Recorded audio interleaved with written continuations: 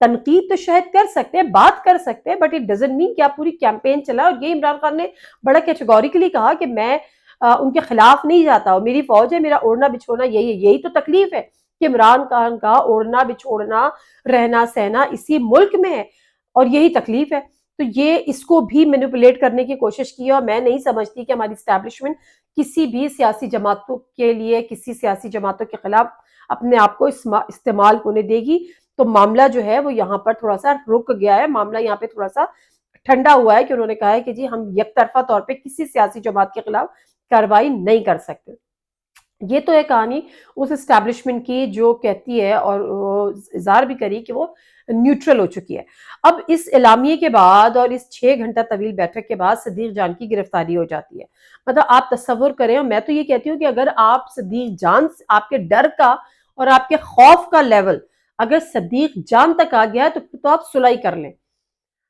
پھر آپ P T I اور عمران خان صاحب کے آگے ہاتھ جوڑ کے کھڑے ہو جائیں کہ اگر آپ کے خوف اور آپ کے ڈر کا لیول صدیق جان تک آ گیا. مطلب صدیق جان ایک ایسا بندہ جو گراس روٹ لیول سے اپنی محنت سے اس مقام پر پہنچا ہے. ٹھیک ہے وہ نظریاتی طور پہ آپ کا مخالف ہوگا، بٹ اٹ ڈزنٹ مین کہ آپ کو اس طرح سے آپ اس کو اغوا کر لیں یا اس طرح سے آپ اس کو گرفتار کر لیں. اب صدیق جان جیسے ایک نہیں ہے، صدیق جان جیسے کئی ہیں، کئی سو ہیں کم از کم. وہ کیوں ہیں؟ کل جنرل باجوہ کا انٹرویو آپ لوگوں نے پڑھا ہوگا. جنرل باجوہ صاحب کہتے ہیں، بہت ساری ان کی باتیں جو ان کی چارج شیٹ ہے، ان کے اعترافات ہیں، لیکن وہ کہتے ہیں کہ ہم نے صحافیوں کی ایک کھیپ تیار کی، کیونکہ جب ہم نے نواز شریف صاحب کو نکالا تھا وزیر اعظم ہاؤس سے تو ہمیں اپنے نیریٹو کو، یعنی اینٹی نواز شریف نیریٹو کو جو ہے وہ اسٹیبلش کرنا تھا، اس کو سپورٹ کرنا تھا. تو ہم نے ایک صحافیوں کی کھیپ تیار کی، ان کو ہم فیڈ بھی کرتے تھے، ان کو ہم چیزیں بھی دیتے تھے، اور ان کو ہم کہیں فیلڈ پہ بھی لے کے جاتے تھے. غلطی ہم سے یہ ہو گئی، مطلب آپ ذرا اس اعتراف کی نوعیت دیکھیں، اور اس پر بھی کوئی بات کرنے کو تیار نہیں ہے کہ سیدھا سیدھا کورٹ مارشل ہوتا ہے. غلطی ہم سے یہ ہو گئی کہ ہم نے اچانک نیریٹو تبدیل کر لیا. یعنی اچانک سے آپ کو خیال آ گیا کہ جو گاڈ فادر تھے، جو سسیلین مافیا تھا، جو چور تھے، جو ڈاکو تھے، جو لٹیرے تھے، جو ملک کو کھا گئے، او ہو وہ تو محسن پاکستان ہے. اور جس کو آپ نے بقول آپ کے کہ لا کے بٹھایا کہ یہ ایک سچا سیدھا کرا پاکستانی ہے، ایک لوائل، ایک آنےسٹ وزیر اعظم ہے عمران خان، وہ تو بہت برا نکلا، وہ تو بالکل پاکستان کے لیے خطرہ ہو گیا. تو آپ نے اپنا پالیسی شفٹ کر لیا، اب یہاں سے اٹھ کے آپ ادھر آ گئے. ٹھیک ہے، بالکل ایسے جیسے سم ٹائم آپ اپنے کسی دشمن کے خلاف کرتے ہیں نا، انڈیا یا کسی اور دشمن کے خلاف. تو آپ نے یعنی بحیثیت چیف آف آرمی اسٹاف آپ نے اپنا بیانیہ ایک پارٹی سے اٹھا کے دوسری پارٹی کے اوپر رکھ دیا، اور جو آپ نے اس کو گندا کرنے کے لیے، اس کو ملائن کرنے کے لیے جو اپنے فوج صحافیوں کی تیار کی تھی، وہ اب کہہ رہے ہیں کہ جی ہم نے ان کو بھی آہستہ آہستہ آہستہ آہستہ اس طرف لے کر آنا تھا، لیکن ہم سے غلطی ہو گئی، تو ہم نے ان کو اس طرح سے ان کا نیریٹو شفٹ نہیں کیا، اور جو ہے وہ وہیں کے وہیں کھڑے رہ گئے.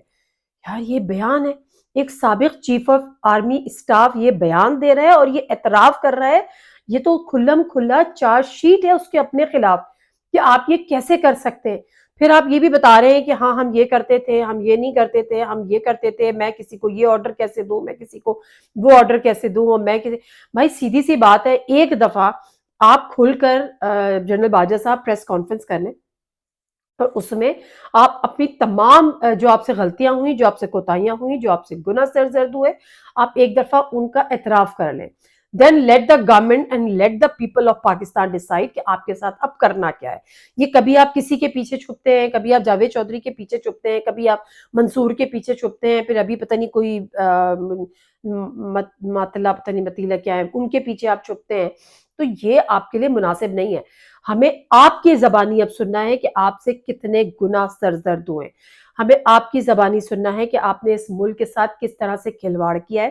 ہمیں آپ کی زبانی سننا ہے کہ آپ نے اپنے اوتھ کی وائلیشن کی ہے، اور جب آپ نے اپنے اوتھ کی وائلیشن کی ہے تو آپ ڈیزرو کرتے ہیں کہ آپ کا کورٹ مارشل ہو.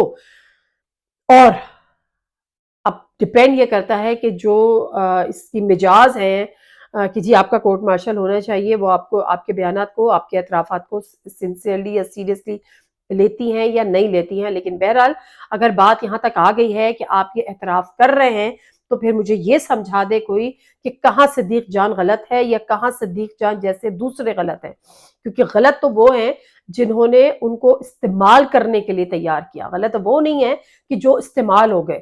اگر آپ ان کو 2 سال پہلے پرائڈ آف پاکستان کا ایوارڈ دے رہے ہیں اور اس وقت کے ڈی جی جو آئی ایس پی آر ہیں وہ ان کے ساتھ کھڑے، D G I S P R نہیں، جو spokesperson D G I S P R, yes, general Babar Iftikhar, وہ ان کے ساتھ کھڑے ہوئے ہیں اور وہ ان کو پرائڈ آف پاکستان کا ایوارڈ دے رہے ہیں، اور آج آپ کہہ رہے ہیں کہ یہ غدار وطن ہے، آج آپ کہہ رہے ہیں کہ یہ اپنی ہی ریاست کے اوپر حملے کروا رہے ہیں۔ خدا کے لیے اپنی پالیسیز کو ریویو کریں، یہ جوان بچے ہیں، یہ ہمارا کل ہیں، یہ ہمارا مستقبل ہیں، اپنے چکروں میں ان کے مستقبل کو خراب نہ کریں۔ نادر سے کوئی اجازت ہے، اللہ حافظ۔